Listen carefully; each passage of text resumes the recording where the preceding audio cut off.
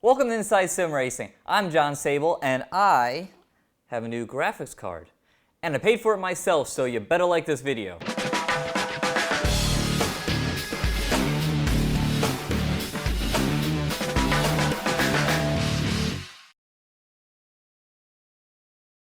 So, like many of you, I was sitting on the sidelines keenly watching Nvidia launch a new Pascal line of graphics card, the 10 series cards, and thinking to myself, I need to get in on this action. Now, I've been running an EVGA 970 card since about January, and it's been a great card, but with my bat setup and triple ultra-wide monitors and all that resolution, it gets the job done in terms of playability, but it could definitely be prettier. And there's also the issue of running racing titles that don't support triple monitors, much less ultra-wide monitors, and that's where the 10 series comes in, because the 10 series cards have something called Simultaneous Multi-Projection technology, which corrects your multi-monitor or ultra-wide or VR setup to make it look proper, essentially give triple screen support to a title that doesn't have support. And we have a lot of that in the sim racing world. Titles like Project Cars and Automobilista and Race Room don't have proper multi-monitor support. And also, I'm curious if, even if you are supported, like titles like iRacing and Assetto Corsa that do have triple monitor support, well, do they support ultra-wide? Am I missing out on proper field of view because the games aren't taking into account that I have an ultra-wide monitor or even a curved monitor? So that got me very interested in the new 10 series cards from Nvidia, and finally they've been out for a little while, but it's been insane. Pricing was insane, availability has been terrible, but finally this past weekend, about 5-6 days ago, I came across a couple 1070s in stock on Newegg, most of them weren't, and I pulled the trigger on this Gigabyte 1070 Windforce OC edition. Now, this wasn't my first pick. I was actually interested in getting the Gigabyte G1 Gaming Edition because I thought it looked a little fancier and the clock speeds were a little higher. Not that that matters too much, I'll get more into that later.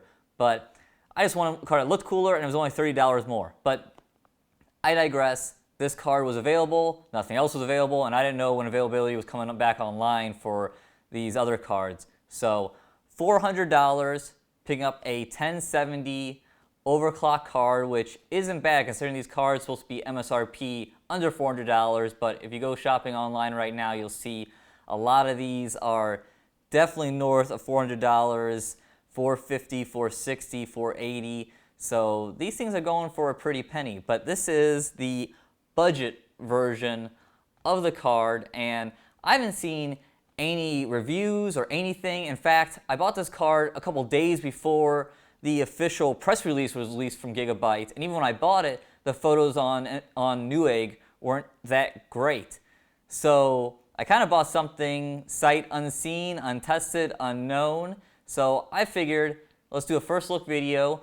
I'll film unboxing the card, and then we'll go and take it to the Assetto Corsa graphics benchmark and see how it performs, because I have information on my 970 card, both in triples and in single screen. Actually, I just ran that the other day in single screen mode working on the Acer Z35 review. So let's go and do that and get a quick look at how the 1070 performs, upgrading from the 970, and then we'll talk a little bit about future plans for this card, because I want to cover this thing a lot.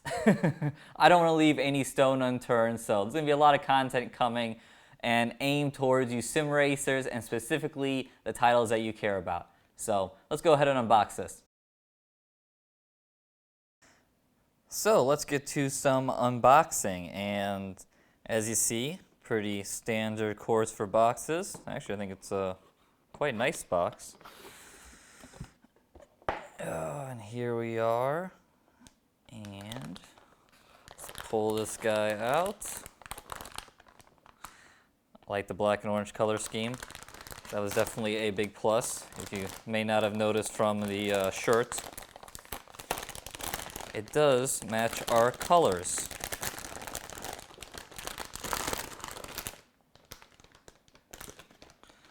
And there she is.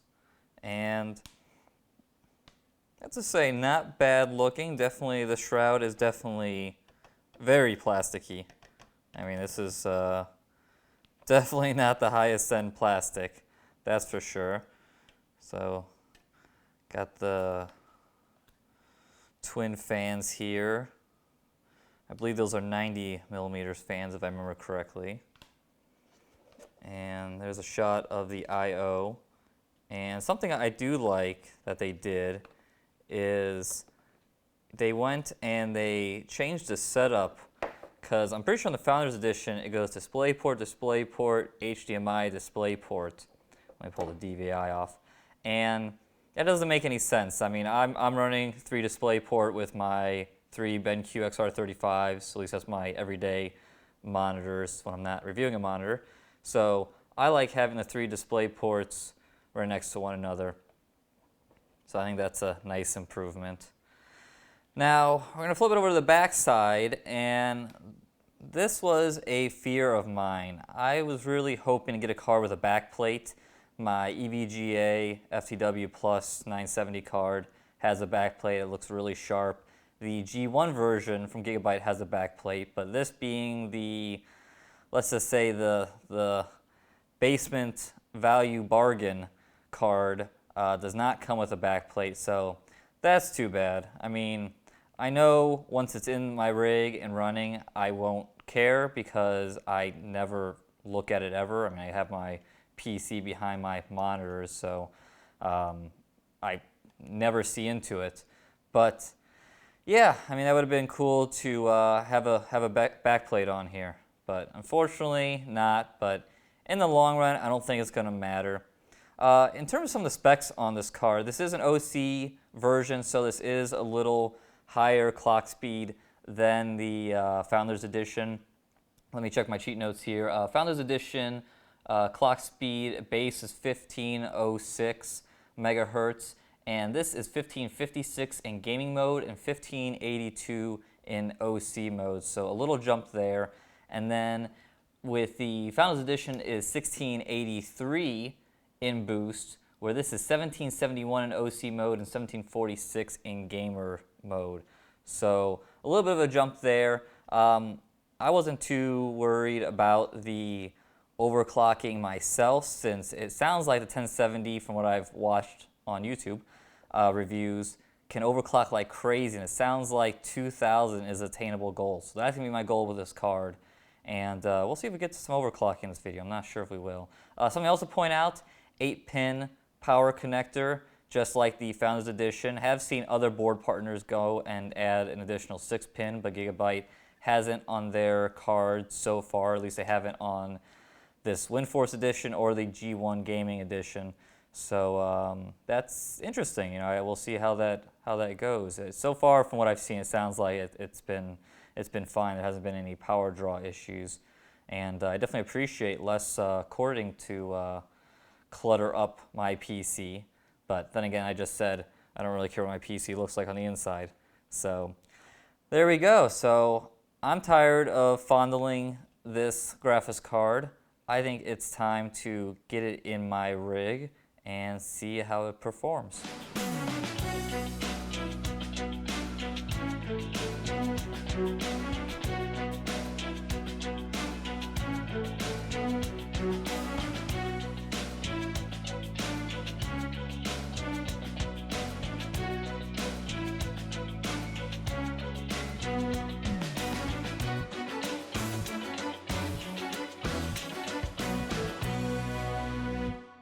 So that was a nice little montage of the testing that I did on the new 1070, and montage is key since this is like 3 hours later and it's like 3 in the morning and I'm really tired and probably look really tired. So let's get to those results. So you can't have a benchmark without having your original benchmark, and that was running the 970 using the Assetto Corsa benchmark and running all settings in Assetto Corsa maxed out besides post-processing, because I don't really like post-processing. I don't run it, so I decided not to use it. but that's in single monitor, 2560 by 1080. And as you see, those results were 76 frames per second average, which is not too shabby. But now let's see what the 1070 did, and the 1070 was able to run an average of 109 frames per second, which is a 43% increase. Now that's sporty. So I was pretty impressed by that result. I mean, 43% increase frames per second, all same settings. That's pretty impressive. So that was with the base clock speeds, and I thought, okay, well, why not we overclock the card? So I went ahead and overclocked it, and the settings I chose are pretty much set on watching other YouTube videos and other owners out there of 1070, and they're not too aggressive, but I feel like they were still a fair amount overclocked. And as you can see, I set the power limit to 111%. The core clock was up 150 megahertz, and the memory clock was up by 550. So now that my 1070 was all juiced up and overclocked, went back to the Assetto Corsa benchmark, ran it, and the result was one more frame per second average. So that was surprising. I was expecting to see, I don't know, 5, 10 frames per second, because I mean, it's a pretty significant overclock, but that's not the case. So yeah, that was a bit of a head scratcher. So moving on from single screen, I said, well, why the hell not? Let's try it in triples with the exact same settings, and let's see how this does. And I was quite impressed. Just a minute there, John Boy. So past me was about to tell you that I went ahead and benchmarked both Assetto Corsa and Dirt Rally in my full triple screen ultra wide setup and got really good results, but I saw no difference between the standard clock speed, or at least the clock speed that arrived on this overclocked edition 1070, and the overclock that I did in MSI Afterburner.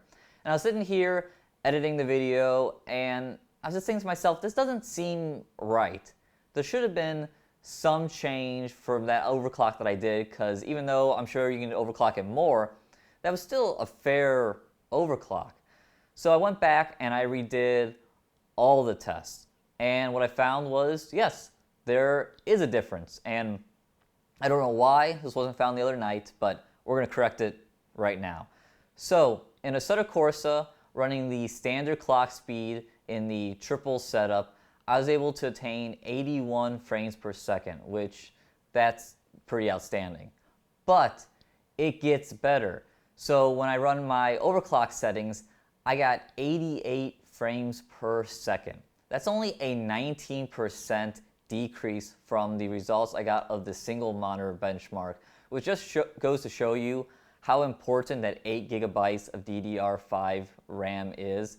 I had 4 or more actually what it was, 3.5 gigs of RAM in my 970, and I could definitely see a huge difference between single screen and triple screen performance. But fast forward now to the 10 series card, and that extra RAM is removing that bottleneck that could have been there with a triple setup, and it's just running fantastic. So blown away by those results. So then I decided to fire up Dirt Rally in triple screens, because, why not? It has a benchmark, it's easy to test. And I turned all the settings in Dirt Rally to high and ran the benchmark, and for the standard clock speed, I got 90 frames per second, which is amazing.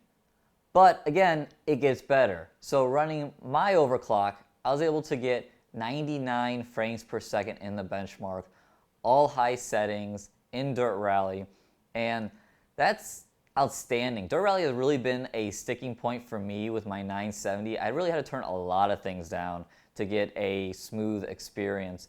So going and turning everything up to high, which at high in Dirt Rally, the game looks fantastic, and get almost 100 frames per second, that is unbelievable. So super impressed with those results, but and impressed with both those results from Assetto Corsa and Dirt Rally, and just how well this card handles a triple screen setup. And I have to imagine that if you have VR, it also handled that extremely well as well.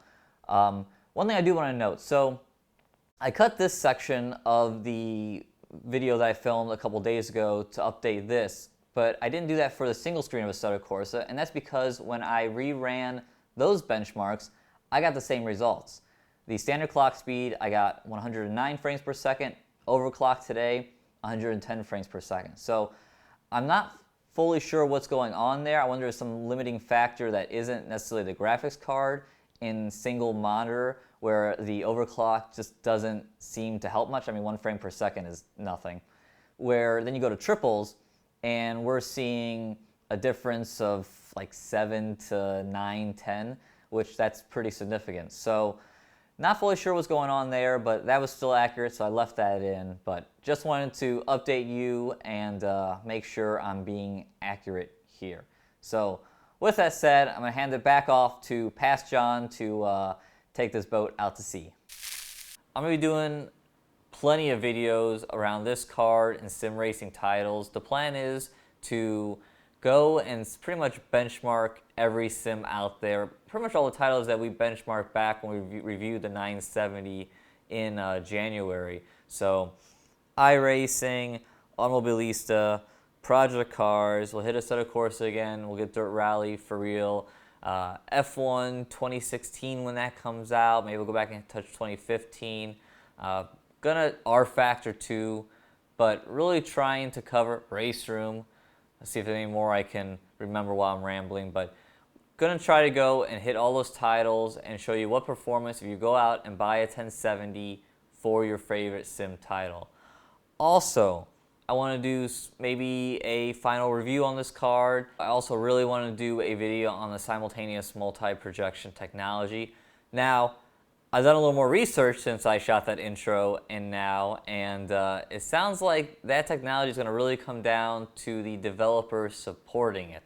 So, it doesn't appear like any sim titles at the moment support that, but I'm hoping that given a little time, we'll start to see more of that. I'm really hoping that the Project Cars guys, since they seem to be really tied in with Nvidia pretty well, that they support that technology, because that'd be perfect with that title and being able to run with proper triple screen support. So fingers crossed that that technology gets implemented and can do a video on that as well. So thanks for watching our first look of the Gigabyte GTX 1070 Windforce OC graphics card. If you enjoyed the video, please give it a like. And remember again, I purchased this card myself so I can enjoy it and so you guys can get all this information. So again, likes. Please subscribe to the channel if you haven't, especially if you want to see more coverage of the 1070. Check out our website, isrtv.com. And also check out the Amazon affiliate link in the description below. If you shop on Amazon and do it through the link, it doesn't cost you a thing and gives us a little kickback, and it truly does help us. So, thanks for watching Inside Sim Racing.